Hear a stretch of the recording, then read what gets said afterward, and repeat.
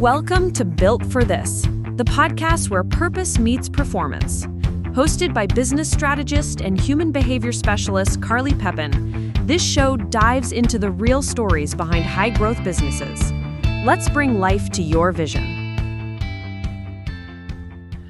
So, hey everyone, I'm really looking forward to today's interview. So we are here with Mike Konrad of Aqueous Solutions, and I had a chance to connect with him before we hopped on this call, and we had a really great conversation, and there's some really inspiring things that we're going to dive into today. So if you haven't met Mike before, he is the reluctant entrepreneur. So he launched Aqueous Technologies in 1992, and this was after his employer passed on a cleaning system that he really believed electronic manufacturers desperately needed. So armed with the technical chops, but a little bit of business savvy, plus a healthy dose of passion, ego, and blissful ignorance, he bootstrapped the company, then learned he'd have to replace bravado with disciplined, customer-centric management to survive. And that transformation fuels the stories, the cautionary tales, and the practical playbooks he now shares. The transformation that he went through helped him to champion conscious marketing, which helps him earning trust by educating, solving real problems, and building authority with his customers rather than shouting claims, an approach that resonates with today's research-driven decision makers. A sought-after speaker at reliable symposia, technical conferences, and university, he connects processes, control, cleanliness, and field reliability with entrepreneurial lessons. He also engages students with candid discussions about mistakes, risk, and resilience. And he is the author of The Reluctant Entrepreneur, The Anatomy of a Business Startup from Uncertainty to Unstoppable. So I am really excited to dive in today. He has some really inspiring stories, information, and lessons to share with us. So, Mike, you've been in... That was, who is that guy? I like him better than me. I hope not, because it is you, Mike. Oh, yeah. No, that's really inspiring. And thank you so much for being on the show today. Like, I really am enjoying the conversation we had before. So I'm really excited to share some of the nuggets. And I'm sure we're going to get some other nuggets of wisdom today as well. Well, I hope so. Yes. Awesome. Okay, so let me ask you a question. You've been in business for 33 years, and one of the things that you told me is that you dedicated yourself to this business in a nanosecond, the moment that something clicked. It was that aha moment. So tell us how you got started that brought you where you are today. Well, I'll hang a teaser out there, and then I'll kind of back into it. It was a single word that started my company. It was 4 letters long, and it began with F. So I'll just let your audience hang with that a little bit, because they all came up with the same word, but it's not that word.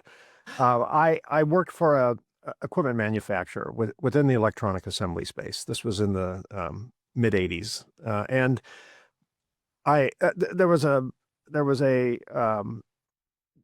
government regulation, a treaty that was signed in Montreal, referred to as the Montreal Protocol. It was an environmental treaty, and it was going to ban certain types of chemicals from the world.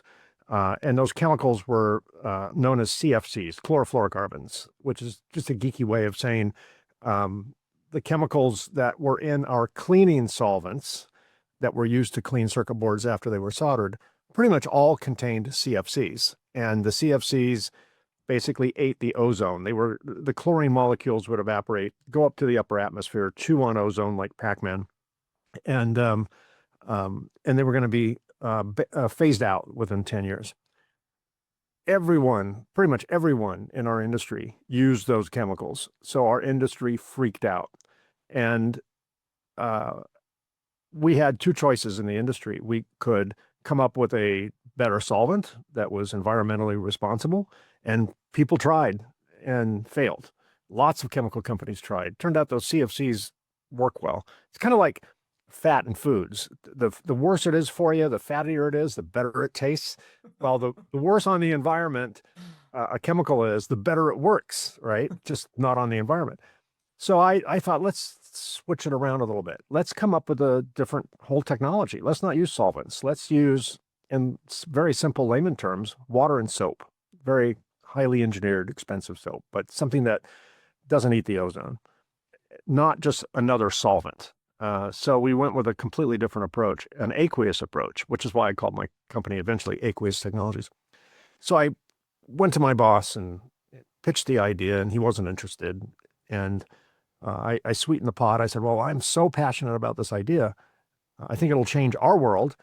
I'll design the machine with my time, my money, my risk, and I'll just bring you a finished product and you can give it a thumbs up or a thumbs down. Okay. So I did that. About 8 months later, I bring a machine to him and he liked it, and we took it on and sold it. I sold it to the company. And then I had the next, what I thought, big idea. We were not eating the ozone. We weren't putting anything bad up into the sky, but we were putting water down the drain. And I'm like, okay, that's going to be the next thing that the government is interested in. Like, what's going down the drain? I said, let's get ahead of that. So I came up with an idea to design a completely zero discharge machine, totally closed loop, not a drop of water to the drain. And no one was doing that at that time. And I thought we had a product design meeting to come up with future products for the next couple of years. And I thought I would be carried in to that meeting on a chariot. And during the meeting, I would be fanned with grape leaves and fed grapes because I'm the king of the world. Right? I was Leonardo DiCaprio on the bow of the Titanic, right? I was the king of the world. And another person in the company pitched an alternate idea, which technically it was a stupid idea. That's a technical term. I thought it was a stupid idea. And I thought my idea was the most amazing king of all ideas. And boss listened to me, boss listened to the other guy, and said, no, we're going to go with the other guy. And I looked at him and I said his name and I said, you're making a mistake. And he looked at me, and here's the word, drum roll. He looked at me with an incredible amount of just lack of respect, disdain, just no positive feeling. And I said, I think you're making a mistake. And he said, fine. Like, I don't care. Just fine. He's fine with me thinking he made a mistake. At that moment, Carly, light bulb, sledgehammer. Oh, I realize when I do this, my hand cuts out. That's because I'm hiding my microphone here. So anyway, I do have hands. Yes. Two. It's right here. They're still functioning. And they're still functioning. But at that moment, at that nanosecond, I decided to start my company. I had no money. I had no business acumen, but I was so combination of pissed off, hurt, rejected, and I had something to prove. And I had this passion for this idea. I thought it was a really good idea. So I put the wheels in motion. It took another 9 months for me to put my notice in because I spent those 9 months becoming a mad scientist in my house garage. You know, I converted it to a studio, a mad scientist studio, and worked on all these ideas and built some prototypes and pre-production models. And I was doing that on nights and weekends and working at the other company by day. And then eventually when I got it far enough along where I'm like, okay, I'm at a fork in the road. If I go any further, it's probably some ethical things, you know, because, you know, I should, once I had proof that it could work, I needed to go. And I gave my notice. I informed them what my intentions were. I gave them 2 weeks notice. I offered to walk out that minute if they thought it would be appropriate, since I might be a competitor if I'm successful. And they asked me to stay for a month, so they weren't concerned. So I stayed for the month, and on my way home from work, my last day, I signed a lease on a little 1,200 square foot, you know, multi-tenant business park and started the journey. Awesome. It's a really inspiring story. And it's kind of cool because it's that very dynamic of technically you failed in the company, but long run, like it's been a massive success for you. Because even from where you had with that 1,200 square foot building up until today, like share with the listeners, like what you've been able to create out of that. Well, we've now been in business for 33 years. So, you know, I've got a lot of perspective. We started off, ironically, with a low discharge machine. There was still some kinks to work out with zero discharge, and we weren't quite ready. We could have done it, but it would have been very expensive to operate that machine. So we didn't think it was quite ready. So we came up with the next best thing, a very low discharge machine, better than the original one I designed.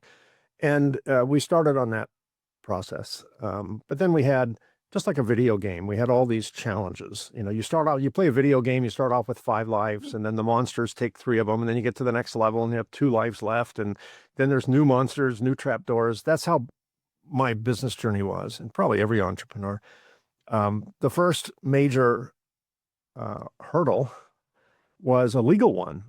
It turned out my boss had regrets. I can't call him buyer's remorse because he didn't buy, but he had not buyer's remorse. And he sued me, sued the company, sued me personally for 11 causes of action. Shooting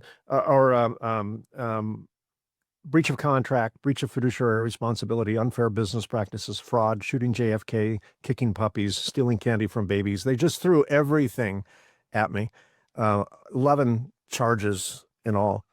And the little bit of money I managed to scrape up and borrow, mostly from my father to start the company, evaporated in 3 months with the lawsuit, because it took a year of litigation and discovery and depositions and all that stuff that just, to quote Ross Perot from many elections ago, that sucking sound you hear was money going down to my lawyer and all the other experts that we had to hire. So we won the lawsuit, clearly, but we were broke. We were technically insolvent. And then from that point on, the mission was to, recover and build the company with that behind us. And eventually we got a bigger building. Eventually we hired more people. Eventually we got a bigger building. And then eventually again, we got a much bigger building, and hired more staff and scaled the company. And that part, I'm making it sound very easy. There was a lot of those video game monsters between then and now. Many produced by me.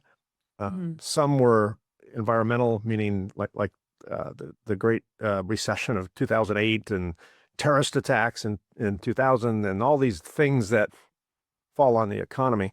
But we eventually survived all those, and we can dive into those if you want. But and then we get to the point where we are now, where we're a fine-oiled machine, and it didn't start that way. We almost died many, many, many times, but there were 2 motivations to keep me going. One is I had to repay my father. If I stiffed a bank, I could probably wake up in the morning, have one bad night's sleep, feel really guilty, but wake up in the morning and know that's the business they're in, right? They usually win, they lose a few. If I stiffed my father and my mother, he took a loan against his house to loan me money to start the company. I cannot not pay him. So that was one motivating factor to not give up. The other motivating factor was the revenge. I needed to get back at my boss, and I could not fail and have him know I failed. I needed to succeed. So combination of good old-fashioned revenge and loyalty to my parents caused me to just keep going, even though all the cards said give up. All the signs, all the cards, the lack of money was, okay, Mike, it was a good fight, walk away. I just refused. And that was like a uber amount of perseverance, but motivated by emotions that would not necessarily be considered, the healthiest emotions in the world. But I'm grateful for my anger. I'm grateful for my revenge and, my seeking revenge. I'm grateful that I had a loyalty to my parents not to stiff them. So all those things worked out well. Yeah, that's a really cool story. And I really appreciate how candid you are, where it's like part of it is the loyalty to your family, but then the other part is like, I'm going to tell you, like, you can suck it. Like, sorry, not sorry. Absolutely. And choke on it. I mean, I would fall asleep at night thinking of ways to get at them, and then I kind of came to the conclusion that's not healthy. The best revenge is success. Yeah. It And really is.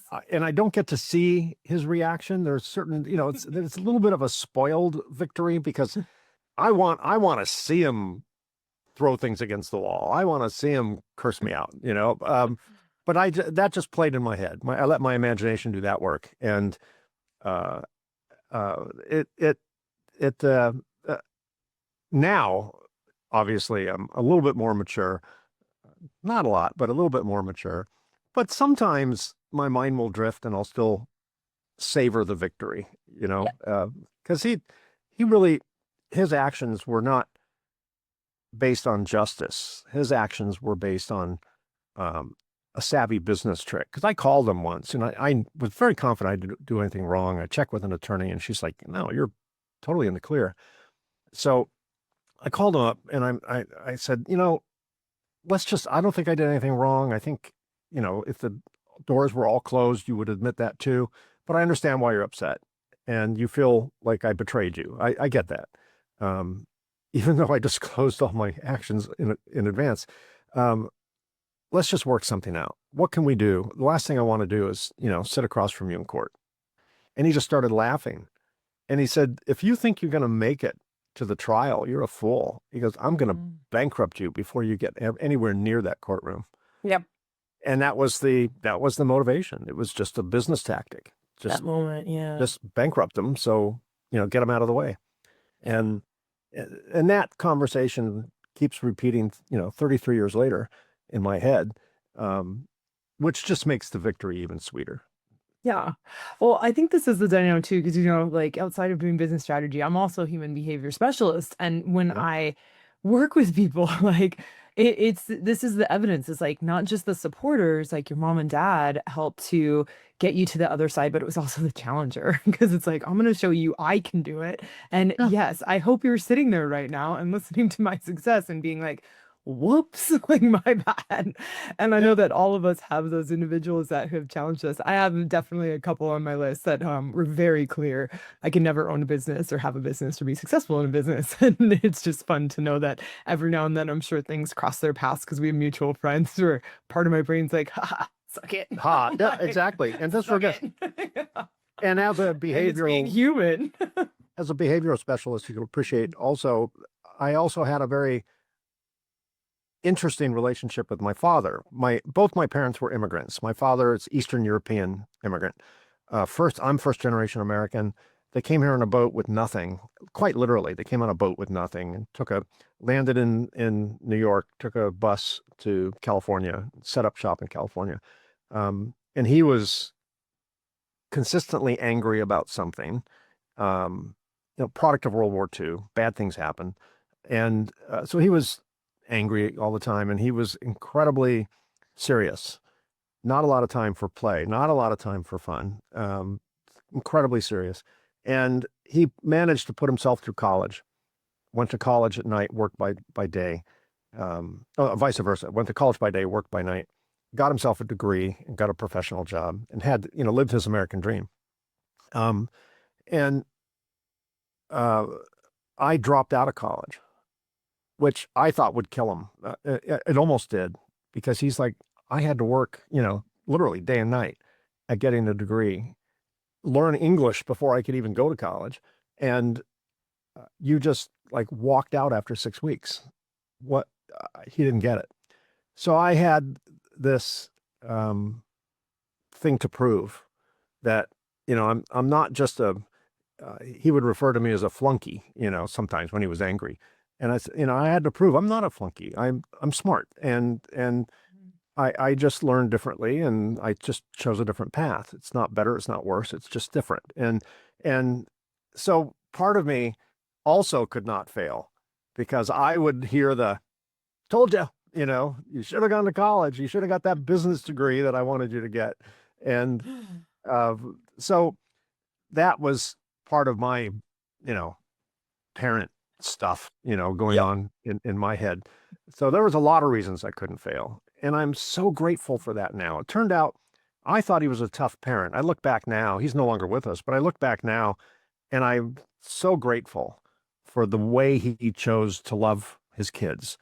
It was a different type of love. It was a tough love, but it once I kind of got above the clouds and looked with perspective, I realized that he came from a good place. He used all the tools he had, which weren't many. Uh, and uh, and I totally grateful for that, because without that, I think if he just said, okay, well, good luck, go do something good. Um, I don't think I would have had the same amount of perseverance and something to prove. So I think all those things happen for a reason. It's all curriculum for some kind of degree that one gets. I don't mean a collegiate degree, but some type of, you're going to end up somewhere based on the cumulative effects of everything that happened in your life. Some that were viewed bad at the time, then good, and all sorts of events. I think it's beautiful how you shared that, because we, as humans, get very addicted to the pleasure. We get the dopamine rush from it. But you're 100% right, where we can't label what love is going to look like from one person to another. But when we really see the gifts that someone gave us through those challenges, like, it really makes us realize, like, that's the love that was necessary for me, not maybe the one I thought I needed or should have had, but it was like the perfect one to get me where I am today, which is, it's quite amazing when we see that, because then our life becomes more meaningful, purposeful, instead of some crapshoot. You weren't dealt like a bad hand, in essence. You Right. just had exactly what was necessary to get I had you four aces. you are today. I Yeah. had four aces. They just looked like twos, but they were four aces. It reminds me of that Johnny Cash song, a boy named Sue. And the Yes. story of that is, he raised his boy, he named him Sue because he wanted him to grow up tough.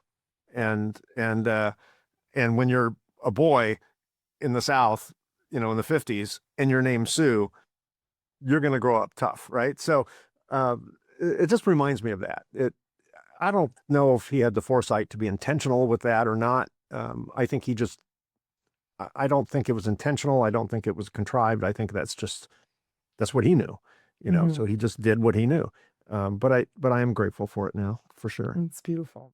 Hey everyone, it's Carly. If you're really resonating with what we're talking about and want to get clear on what truly drives you, what your core values are, head on over to my website. In the tools and tips section, there is a free values assessment. And this is a quick exercise that's going to help you to uncover what actually matters most with you, so you can lead and live with more clarity, fulfillment, and momentum. And before we hop on to my next question, I would actually love to touch base on the lawsuit dynamic again too, because I know this is something that companies, you got it at a very early stage with your company, very early. But when I'm getting to work with individuals, and one of them I'm thinking in particular, when we first started working together, like, they had a lawsuit here and there, right? And now their company has gotten so large that they have full-time lawyers on staff. Yeah. And it's interesting because you got it fresh out of the boat. Yeah, like right away. Over with. Yeah, I got that over with right very away. quickly. Yeah. So I'm curious, for some of the individuals who may be starting to deal with that more and having more of those experiences, I've gotten to help my client with some of the lessons learned. But what are some of the lessons that you got out of that year of basically having to defend yourself, defend your company? What are some of the biggest lessons that maybe you just couldn't learn anywhere else? Like, it took that lawsuit to help you get to the other side. Yeah, that's a good question. I think looking back, I could have prevented the lawsuit if I really had an emotional heart-to-heart realization with my ex-boss, because I did hurt his feelings. I mean, he treated me. He reminded me of my dad. He was a tough love kind of guy, and he was the kind of guy that never got ulcers. He gave ulcers, So he was hard to work with. But I grew up with my dad, and I know exactly that personality.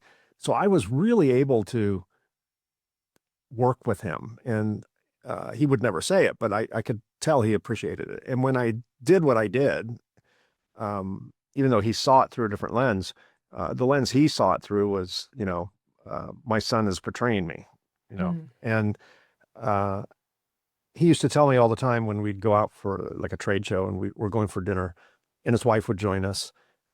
We'd all be sitting having dinner. He would drink way too much wine with ice cubes in it, which I thought was odd. And then he'd get a little bit tipsy, and then he would always, this happened, wash, rinse, repeat all the time. Mike, when I retire, this is going to be your company. You're you're better than my own son, blah, blah, blah, blah, blah. Then he'd get up and go to the bathroom, and then the wife would lean over and go, that's not going to happen. Just so you know, the company's going to our son. Okay. So it was this constant cycle of grandiose promises and then, take it all away. But now I understand it. So what did I learn? Avoid lawsuits if you can. It's hard, but it's harder to be in a lawsuit.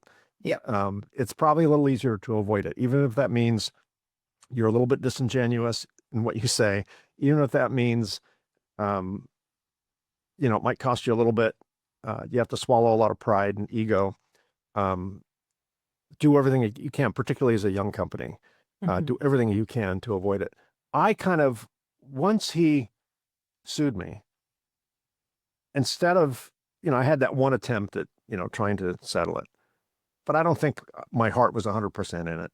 And then when he said, no, I'll bankrupt you, my demeanor instantly, I maybe even said it, bring it on, give it your best shot. I was waving a red flag in the bullring, and he responded accordingly. And I had no desire to settle at that point. I had a desire to win. And that cost me, keep in mind, this is the very early days of our company. And this was in the very early, this is 1993. It cost me about $130,000, $140,000 for that lawsuit.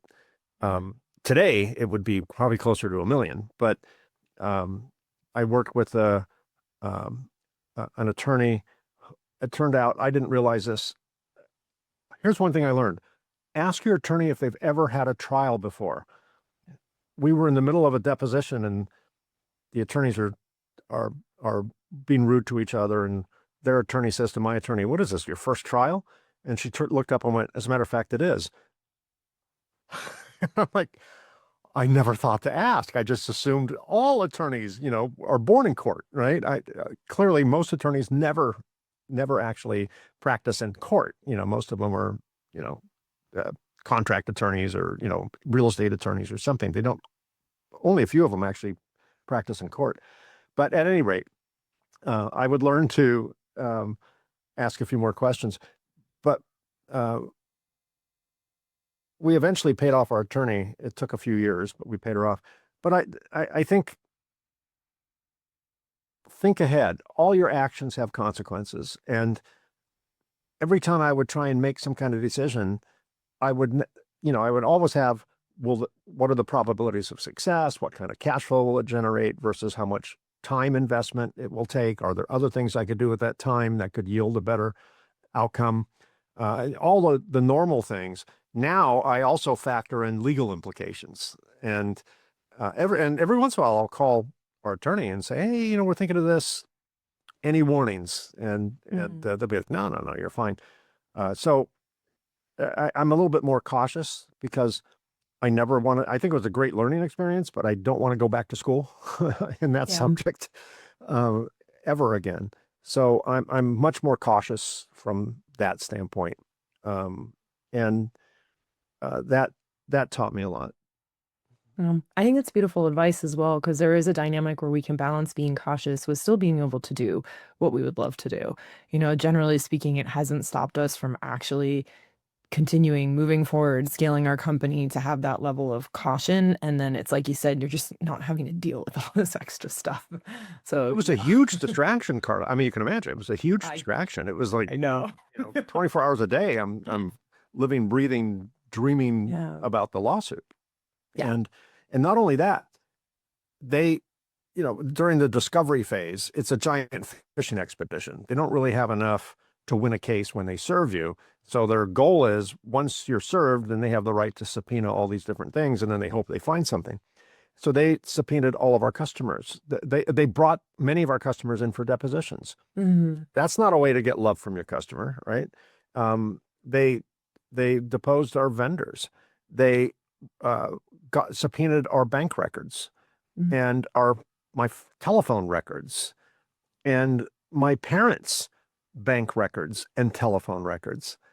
And it was incredibly disruptive to the business. In fact, one time I got a phone call from a customer. We were about to close an order.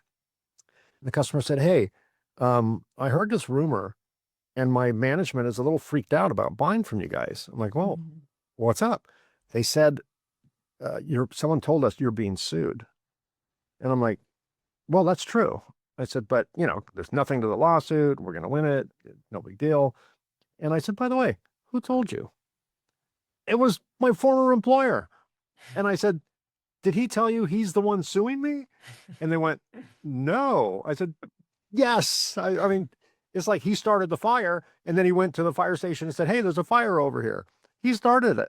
So once they found out that, they ordered the machine from us, which of course I sent my old boss faxed him a copy of the order and kind of put or something on it. But yeah, those were fun days. Yeah, no, thank you for sharing those things. One other thing I want to bring up is also there was something that we talked about that really stood out to me, and it was the culture of your company, right? So you had shared with me that during COVID, you guys were named an essential business, and that's because you're doing all the computer boards and cleaning them, right? So you are considered an essential business and you were able to stay open and operate, and that you offered your employees, understanding that some of them may be uncomfortable being in person during COVID, to work from home, or sorry, not even work from home. They couldn't work from home because of your factory and the way it was. So they could just go home and be at home, but still get paid. And Right. I think what was wild was that everyone chose to stay at work. Like nobody chose to work at home. And Yeah. that's quite unusual. And I know that a lot of individuals really want to build a culture like that, where people are inspired to show up. They're inspired by what they can do for the company. And in these moments of challenges, when they were given the opportunity to step away and take the easy way out, they said, no, we want to come together. We want to band together as a team and we want to keep this thing running. So what are some things that you would say have created that level of culture, that level of family dynamic within your company? Well, one possible explanation for them wanting to come to work rather than stay home and get paid is maybe they didn't like their spouse very much. Maybe we were a better alternative. It is possible. Barring that, I'm very aware of the fact that in a factory setting, someone's job might be to put a screw in a bolt all day long, right? We're not quite that repetitive. We don't go quite to that granularity with our assembly processes. But to make a point, they screw something onto something all day long. That's what they do. I don't want them, if someone asks them, what do you do for a living? Oh, I put screws and bolts. I don't want them to say that. What I want them to say is, look around you. You see your cell phone, you see the TV, you see, a computer, you see anything that plugs in the wall or has a battery in it. I build that. I'm part of that. That's what I want. That's how I feel. And so how do we do that? So when we get an order from a customer, say we get an order from Boeing or Airbus, and it's an electronic board. It's for their electronic boards, their circuit boards, and we sell them a machine. I tell them that what you're doing is making sure that when your kids fly on a plane, that they're safe. Or when your grandfather goes in for a pacemaker, it works all the time. And when your kids are playing, a PlayStation, it doesn't break on you after 3 weeks of use. That's what you're doing. You make electronics reliable for a living. This person does it by putting this screw in a bolt. This person does it by sweeping a floor. This person does it by purchasing parts. This person does it by covering payroll, whatever. We're part of a bigger ecosystem. So when we get an order for a machine from a customer, we have a meeting with all the staff and we tell the staff who the customer is, what they build. We put on our bulletin boards in the factory a profile on what the company that we're selling to does and what they're building and what their effort and their talent and their expertise are contributing to that company and the products that they build and the types of customers that they buy from. So they feel connected to something larger than just their task. And I think that helps. And then we also don't have an org chart. I'm not a fan of org chart. I used to do org charts all the time, just like mission statements. I always would write these mission statements, but they were just beauty pageant speeches. They were like, what do they want to hear? How do we sound cool? How do we sound trendy and hip? So I'm not big for mission statements. I'm big on missions. I'm not great on the statement. Same with many other things. But I don't like org charts for the same reason, because whenever I made an org chart, I made it in the image of what I thought a Fortune 500 company org chart would look like. And we're not a Fortune 500. We're probably a Fortune 5 million company. And then I thought, well, wait a minute. What if our accountant likes to weld, but he doesn't want to be a full-time welder? No problem. Spend 5 hours a week and weld. Go to a weld shop. We can always use the extra work. What if our inventory manager likes to drive a forklift once in a while? Do it. No problem. So if we did an org chart, it would have to make it out of spaghetti, because it would be very wobbly. So to me, we want people to be passionate at work. We want them to feel fulfilled at work, not just a grind, not a means to an end, but something plugged into something bigger. And I think all those little things that we do just kind of contribute to that.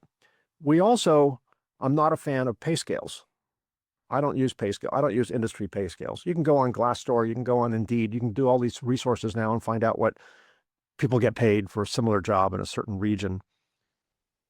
Why are they stuck with that? Who died and made that person king to come up with, a plumber makes $22 an hour or $18 an hour or $100 an hour, whatever.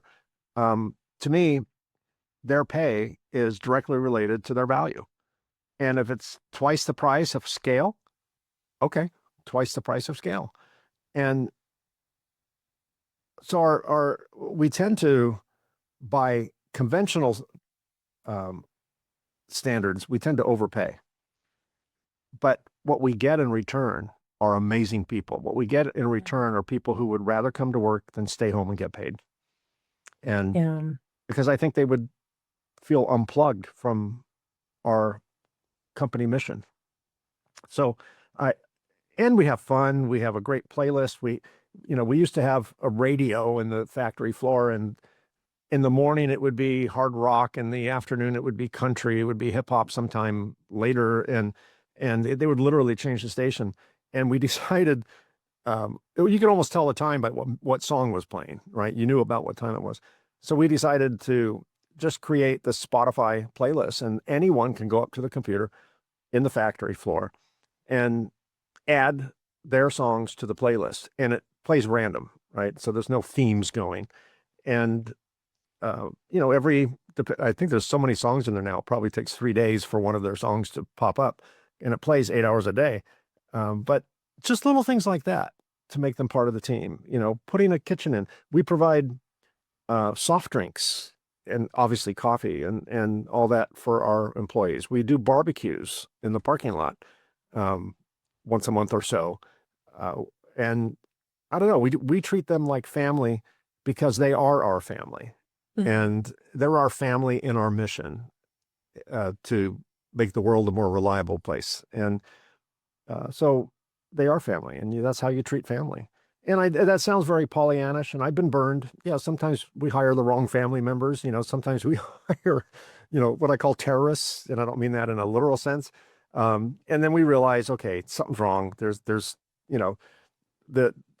the soup tastes off. There's something bad, some bad ingredient in here, and then we have to figure out what it is, and then we find it and we solve that problem, and then everything goes back to normal again. But generally speaking, we have an amazing team.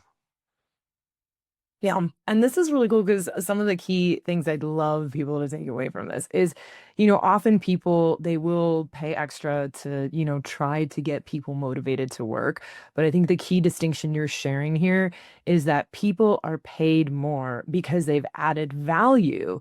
And so because of that, they understand that their increase in wages comes from an added value and not just like work more for this reason. And there's all the other things that you're putting in place to make sure that they're actually inspired to work and inspired by what they do. There's a flexibility within the jobs, which is really cool. And I love, love, love like how you have them connecting personally to each customer. And it's like the mission beyond the mission. Like you're not just doing a computer board. Like, what is this for? Where is it going? How are you actually making an impact? And people, if it's really important because if we're not sharing with them these dynamics as company owners, how are they supposed to know? Like they don't know this stuff. Like they don't know who they're doing stuff for. They don't know why they're doing it. And then we just expect them to show up and be inspired every day to like look at computer boards. Absolutely not. But what they're really inspired by is the impact that they get to make, which you very clearly found ways to share and inspire them to do, which is really cool. And then again, it's like they have an opportunity to get basically paid more than industry standard to stay at home, and yet everyone shows up. And so I think it's like a real beautiful lesson in not just how we create the culture, but why it's been created that way. Hey everyone, it's Carly. So, if this conversation is really hitting home and you want to get a real snapshot of what's working and what's not in your business, head on over to my website in the tools and tips section and you can have the business performance health check. In just about 15 minutes, you're going to see where the friction is and where your next growth opportunity lies within your company. And one more thing you shared, I think is really important is, we look at these Fortune 500 companies and it is very inspiring what they've done. And we can take their ideas and we can utilize them. But the truth is that when we're putting it into these smaller businesses, it doesn't work the same. Like it's just not going to work the same. And so when we have these unrealistic expectations to not actually use our own vision, use our own wisdom, and use what we know about our people and our company, because every owner I talk to, they know the most about their industry. They know the most about their company, not the Fortune 500 company that you're trying to knock off. So if you're not implementing it in such a way that it works for you, your culture, the environment, then it's going to fail ultimately. And so these are some really cool examples of how you've personalized some of these business strategies in such a way that it's stood the test of time and really gotten your business going. Yeah, and moving and Yeah. stable and yeah. Yeah. Well, we didn't start this way. Of course. I didn't just like roll out of bed and have these crazy ideas. We made a ton of mistakes, and I liken my journey in business to like a pinball machine. You pull the plunger back, the ball goes up, and it bounces off all the bumpers. One bumper was a lawsuit, one bumper was a recession, one bumper was this, one bumper was that, and one bumper was an embezzlement from a former bookkeeper. But eventually, the ball rolls a straight line. But you gotta go through it. It's just a rite of passage. And I would love to wave a wand, give a bit of advice, and just know that no entrepreneur moving forward, they'll listen to Mike and they'll never experience these problems. If you're not experiencing those problems, you're either the second, third coming of the Lord, or there's that you're not doing it right. I mean, these things happen and they need to happen, and they happen in a very strategic sequential order, which makes no sense at the time. But I always refer to the business gods metaphorically, and the business gods, they can be a little twisted. They have a unique way of educating, and they'll show you something and I'll reject it. And then they're like, okay, Mike, no problem. You're not ready. And then they throw a few more, lightning bolts at me. And then all of a sudden I'm like, oh, I'm ready. I'm ready. Show me again. Yeah. So I think it's just every business goes through it in their own way. It's the same, but different. But the root mistakes I think every entrepreneur makes, certainly including me, are extremely common. Yeah. And really, it's less important what mistakes we've made, more important what we've learned from those mistakes. And, eventually I learn. I'm stubborn. So if I think my way is right, even though I failed, I will do it again. and again until I realize, nope, it's not right. And then I'll find a different path. That's the pinball and the bumpers The pinball. that goes on. Yeah. And I think that like the really important thing for just again, people take away is like it isn't a straight line. Like business is not a straight line like it is the pinball machine. It is all over the place sometimes, but you're accurate. The only way that you could have gotten all that data and all that information and made everything so specifically the way it was is because you kept going off all the bumpers and you're like, okay, eventually I gotta find where are the boundaries, where are the guardrails, and Totally. and break through them from time to time to understand what really works. It and quite frankly, although I wished in the moment it was a straight line, I think a straight line would be boring. And I don't think in fact, I know if I didn't have those challenges in the early days, I wouldn't be doing this interview with you today, because unless you were doing an interview on plumbing best practices or something, I would be a plumber or a greeter at Walmart or something. I wouldn't be doing this because I would have given up. Yeah. It was all those challenges, the revenge, the avoidance of shame, the proving something to my father, the things I learned from these challenges, the bruises I had, that made me a little bit wiser, one bumper at a time. And if I didn't have those, the moment I had my first challenge, I would have went, okay, can't do it, and I would have given up. So it's like all those challenges prepared me for more challenges. And then now the challenges, it's funny because I was talking to my VP who runs the company now, that, things are just kind of going smooth. They've gone smooth for a long time. We didn't notice when we turned the corner several years ago, but looking back, it's like, oh my God, we haven't had remember the old days? And, we'll just commiserate over a cocktail or something over the old days and all the bumper stories. And I don't know if we don't have the challenges or we just don't react to the challenges the same way, or we avoid the challenges, but things are very straight line now. And, not ever, will I never lose sleep again. Obviously, there's certain things that go on in our industry, in our company that concern me, but nothing to the extent of fight or flight. It's all fine tuning. It's just, we got to turn this dial a little bit, or we got to scale a little bit differently. And that person's not working out. Where can we move that person to where they can fulfill their, their mission? Or is their mission somewhere else? Little things like that, little tweaks, not radical 5-alarm fires that need to be put out anymore. This is beautiful too, because one of my mentors, he shares with us constantly is like, it takes 25 years to be an overnight success. And so you've been in business for 33 years. And so when you're saying it's more of a straight line now, it's like, it's just everyone to remember it just takes time. And that's why as if you're doing something that inspires you, like you'll invest that time, which is very cool. Yeah. Yeah. And if I were sitting on my shoulder, my younger shoulder, in the middle of all the challenges we went through, I would say, you're going to be grateful for this. And I would be like, you're full of crap. Yeah, I would not believe me. But I can tell any one of your listeners or viewers, if you're in the middle of something that's, awful, there will be a point in the future where you will take more away from that experience that's positive than it took away from you that was negative. 100%. And it's not believable. I'm full of crap. That's what your viewers or listeners might say in the moment. But at some point, 20 years from now, they're going to go, that guy, whoever that guy was, that had a company name that no one can pronounce, he was right. And, that was me then. Wow. That's really beautiful. And we're getting closer to time, but there's one more thing that you shared that I would just love for you to dive deeper on. So I think it's so important for people to know is something you said good is the enemy of great, right? And I couldn't agree with that more. And I think that, when we get stuck in our own prides of our own accomplishments and how good we're doing, we forget how much there is to grow, and I think again, there's a different mentor that really landed in my head the kind of things we can do with business and the impact that business is technically philanthropy. Like it's a service and it could also stand the test of time.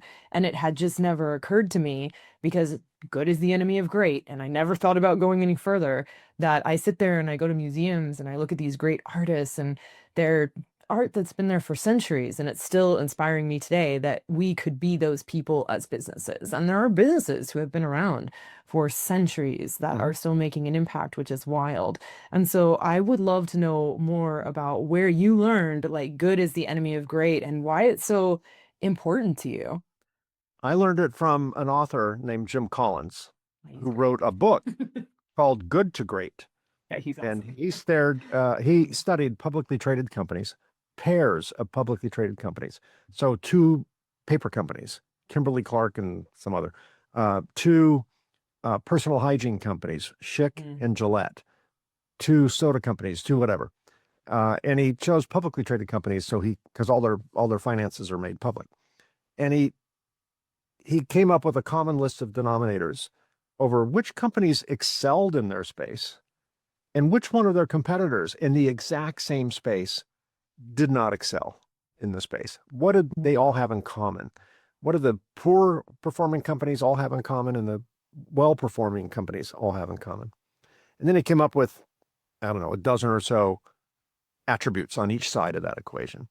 And part of that was their willingness to not settle for good, to be great. And his advice, which I took to heart with a passion, was don't be everything to everybody. When you go to Jack in the Box, fast food, they have tacos, they have burgers, they have chicken, they have sausage, they there's 50 things you can order off the menu made of like 7 ingredients. I mean, they're trying to be everything to everybody, which means they're not great at one thing. They're okay at a lot of things. That's a specific model. Okay, fine. We were selling stuff that we were not the best in, but we wanted to be in the race because our competitors were selling it. So we wanted part of it. And after I read that book and digested it, I came to the conclusion that if we can't honestly say, at least to ourselves, this is the best of its product in the world, better than anyone, we should not be selling it. Now, maybe it's not the best, but if we truly believe, authentically believe this is best in class, no one does this, what we're doing better, that's the only type of product we want to sell. So we cut half our products because they were just also rans. And then the good to great also took another meaning for me. When we were struggling, I was desperate to be good. We were running bad. I just wanted to be good. Great was not even on my radar. I just wanted to be running good. And we got to the point where we were running good. We weren't great, but we were good.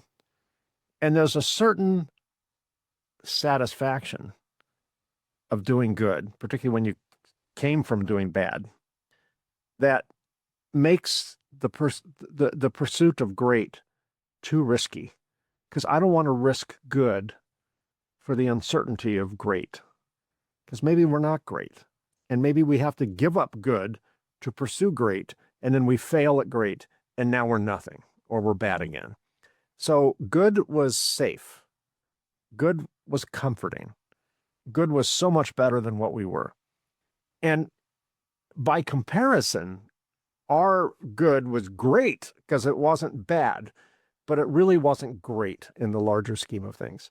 So after I read that book, it and other influences, I came to the conclusion that the next level of our company is great.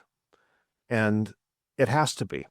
Otherwise, there are a lot of companies that do good, but they live in this world of non-spectacularity.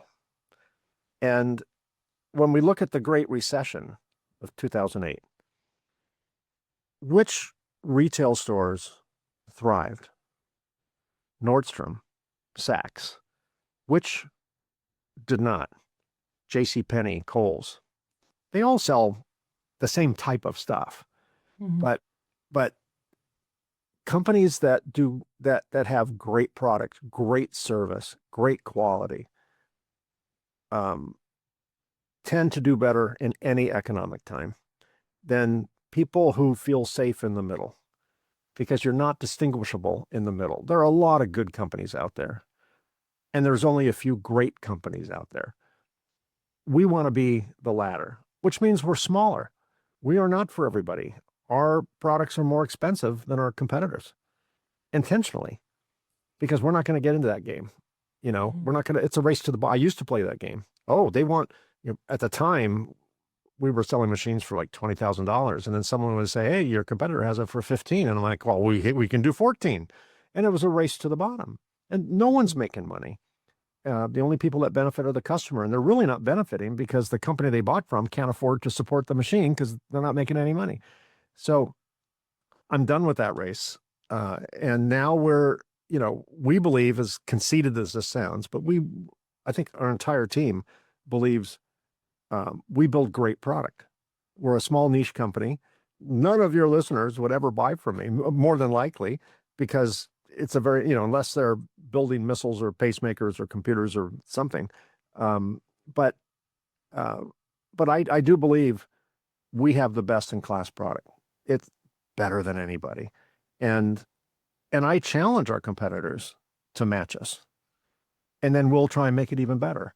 And so I'm grateful for competition. I'm grateful that we have this drive to be great and provide the greatest customer service, provide the greatest, the best designed equipment, the most reliable equipment, and to provide all the education that we provide, all the value we provide, the ability to serve on industry trade associations, the ability to speak at conferences, the ability to be philanthropic with certain causes. I'm grateful for all that. And that's kind of the difference between good and great. Not that we're great for doing it, but because our products are great, we're able to do this, right? Yeah. We have the luxury of being able to do things that aren't just trying to make a buck. And I think that is a common denominator among great companies. And I think we're great. But then again, I started it. I have to think that. I can't think any other way.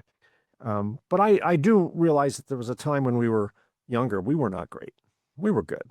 And I was proud to be good.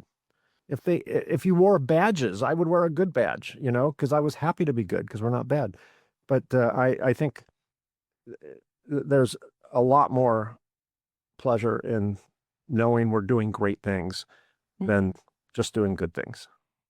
Yeah. Well, thank you for sharing that. And I think it's like, when I think about companies that I perceive is great, it doesn't mean that they actually are one of the Fortune 500s. It's just companies that I see that have done the work from the inside out, in a sense, where it's not just about, like you said, like making the buck, because you can't make the buck and you meet the prices, you can't serve the clients, and then all of a sudden that goes down. And so it's like really knowing yourself, really knowing the business to such a degree. It's like, where am I not willing to sacrifice, and how can I take this business and use it? It's a philanthropic tool. So you have like the employees who love their lives, who love their jobs, they're inspired to be there. You're inspired by what you created, and simultaneously, like, you're also making an impact on the environment, on the world, and you're getting to involve in those things as well. So yeah, it's quite inspiring. And what were you gonna say? No, it inspires me Yeah. to see what our company does. And I'm less involved in the company now. This is what I do now for a living. I speak at conferences, I write papers, I host webinars.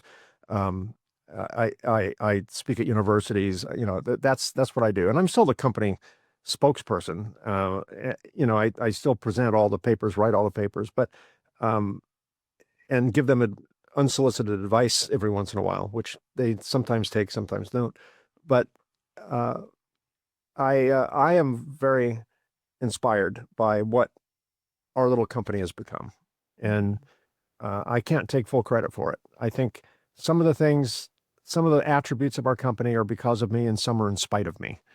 And I'm just really happy that this little engine that could just kept going and kept getting better and better and better. You know, Yeah. I'm always the biggest cheerleader for this company, even if I didn't own it. If I sold it to you tomorrow, Carly, um, I would still be the biggest cheerleader for the mission of this company. That's awesome. Thank you. And if this was your last day on Earth, Mike, I'm going to wipe you off the face of the planet. What is one thing that you would love our listeners to know? What's one nugget of wisdom you could leave behind? It's probably a really obvious one based on everything else I've been saying. Um, I'll say it two ways. The cruder way to say it is don't let the bastards win, right? There are a lot of naysayers out there. And sometimes I've learned even your friends are kind of rooting for your demise. Like, because society builds people up and then tears them down. We build companies up and then we tear them down. That's just human nature. But there will be a lot of obstacles thrown your way. And this is just cliche, but I really mean this. Never give up. Never give up. Don't look through the lens of conventional wisdom. You know, bank says they won't give me a line of credit, or they're worse, revoking our line of credit. Okay. Make peace with the worst. Make peace. If it doesn't kill you, make peace with the worst. What's the worst that can happen? Well, this can happen. The bank could call our line. Okay. What are you going to do if that happens? Have a plan and do everything you can to avoid it, but have a plan. So if it happens, you're prepared. A lot of horrible things, apparently horrible things, are going to happen when you are in business on your own. You're going to be tested in many different ways. And I think 80% of all businesses statistically fail. That's according to the U.S. Bureau of Labor Statistics. 80% by 15 years. 80% of them are gone. 20% survive. What do that 20% have in common? And my guess, and I don't have any scientific basis for this, but my guess, based on the many entrepreneurs I've spoken to personally, is they have this level of persistence. They have this bull in a china shop. Maybe it's arrogance. Maybe it's ego. Maybe it's a poor assessment of risk, all the attributes I brought to the table when I started my company. But those are actually positive attributes in the right time. Not positive today for me, but they were undeniably important to the success, to the starting of my company. Know you have an ego, control your ego, but bring it out when it's needed. And sometimes you need that to get through a wall. And, you know, everyone's telling you the wall's too thick. You can't knock it down. What? Be stupid. Try. Be ignorant. Be arrogant. Because they said you can't do it. They don't know what you can do. You don't know what you can do. Try everything. Just never give up. And make peace with the worst. Because the worst is going to happen at not really the worst, but from a business standpoint, the worst is going to happen over and over and over again. And then the more that happens, the more you realize it's like, oh, is that all you got? You know, yeah, this is easy. And then and next thing you know, everything goes from this to a straight line. And it just happens over time. It just takes a lot of pressure to take all those S turns and squeeze them into a straight line. And that happens through pressure. You know, no pressure, no diamonds, right? Same thing. You got to have it. You got to go through it, and you got to know what's coming, not take it personally. Learn, and understand there's things you don't know. Be okay with that. That's the advice I can give. Yeah, I think it's perfect. It's absolutely perfect because it's something that, you know, I really try to share with people too, as well, as that there's the whole world might feel like it's against you, but the reality is we are the only people that understand our own vision. And we are the only people that see how it's going to happen. And so if you're expecting everyone else to see it, you're going to get really stuck in a lot of crap where it's like you said, sometimes it's just move forward, go for it. We are that bull in the china shop from day to day. And once you get to the other side, you're grateful. You're grateful that you did give up. Yeah, listen to opinions from your friends and that, but I'll keep this clean. You can imagine how this is supposed to be said, but the commonality between opinions and certain body parts are everyone has one, and right, and no, take opinions with a grain of salt because people all look at life through their lens, And here's one more. I'll give you a bonus tip. If you want to know what the right decision is, say you come to a fork in the road and you need to go left or right. Mm-hmm. Well, I want to go left, but that takes too much money and it's going to take too much time. So I'll just go right. Wait a minute. Take time and money off the table. My mentor taught me this. Take time and money off the table. If you had all the money in the world and all the time in the world to accomplish this goal, would you go left or right? Well, and that I would go left. That's the right decision. Now figure out a way to do that decision. Once, and this has happened to me over and over and over again, once I come to the conclusion that, yeah, this is the right decision, the money and the time come. They just do. But you almost manifest it. But it won't be manifested until you've concluded this is what you need to do. This is what you're going to do. Now find a way to do it. Not sit and vacillate. Should I, shouldn't I, should I, shouldn't I? Because that's fear-based. Just take fear, time, money off the table. What's the clear choice? Then it's easy. Then it's left or right, up or down, black or white. And then make the decision. Doesn't mean you do it that day, but make the decision. And then you'll look at business through a slightly different lens. You'll look at your business at how do we accomplish this goal? This is what we've decided to do. How can we get there? You know, it's like you decided you're going to drive to Cincinnati. We are going to drive to Cincinnati. What's the first thing you do? You get the map out, right? Or plotted in the GPS. If you just say, where do you want to go? I don't know. Where do you want to go? I don't know. Where do you want to go? You're not going anywhere. Well, I want to go there, but I don't know. It's too far. Maybe we should go here. The weather's better. Maybe then you just sit and complain. Make a decision. Take time and money, fear off the table. That has helped me immensely. And that took me 20 years to figure out, but that has helped me immensely. Yeah, no, that's a beautiful insight. Thank you so much. And thank you for being on the show. I feel like we can go back and forth for a really long time. To put to you later, 10 years from now, you can check back with me and like we have a ton to talk about, but I really appreciate it. I appreciate all the wisdom, all the insights that you've shared, all the stories, and yeah, just practical applications as well. And if you could share with the audience, like what's the best place to find you, Mike, where they can learn more about you, connect with you more? Probably the best site would be MikeKonrad.com. That's Konrad with a K. MikeKonrad.com is the site I use for my entrepreneur podcast, for my book, for speaking gigs, things like that. Not soliciting any of those things, but that's the business side of me. My company website is aqueoustech.com, AQUEOUSTECH.com. If you really it's more effective than Ambien, and it's not addictive, because that site will put you to sleep because it's all super techy, industry stuff. But if you're into that, if you're a geek like me and you want to learn a little bit about making reliable circuit boards, that's the site for you. But otherwise, MikeKonrad.com is a better general purpose way. But either way. Awesome. Thank you. And yeah, if you are super geeky and into tech, one thing we didn't share is he has a lot of educational stuff on Aqueous Solutions. Or Aqueous Technologies, sorry about that. But yeah, he has a lot of educational stuff if you really love learning about that as well.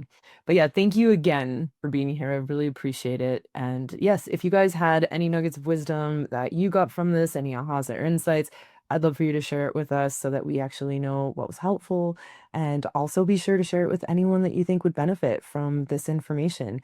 Thank you again for being here, Mike. I really appreciate it. Well, thank you. Thank you for inviting me. This is a great show. You're a wonderful host, great, insightful questions, and it's a joy to talk to you. Yeah, same. It's even an amazing guest. And like I said, I'm sure we could go on for hours. Mutual Admiration Society here. Awesome. Thank you.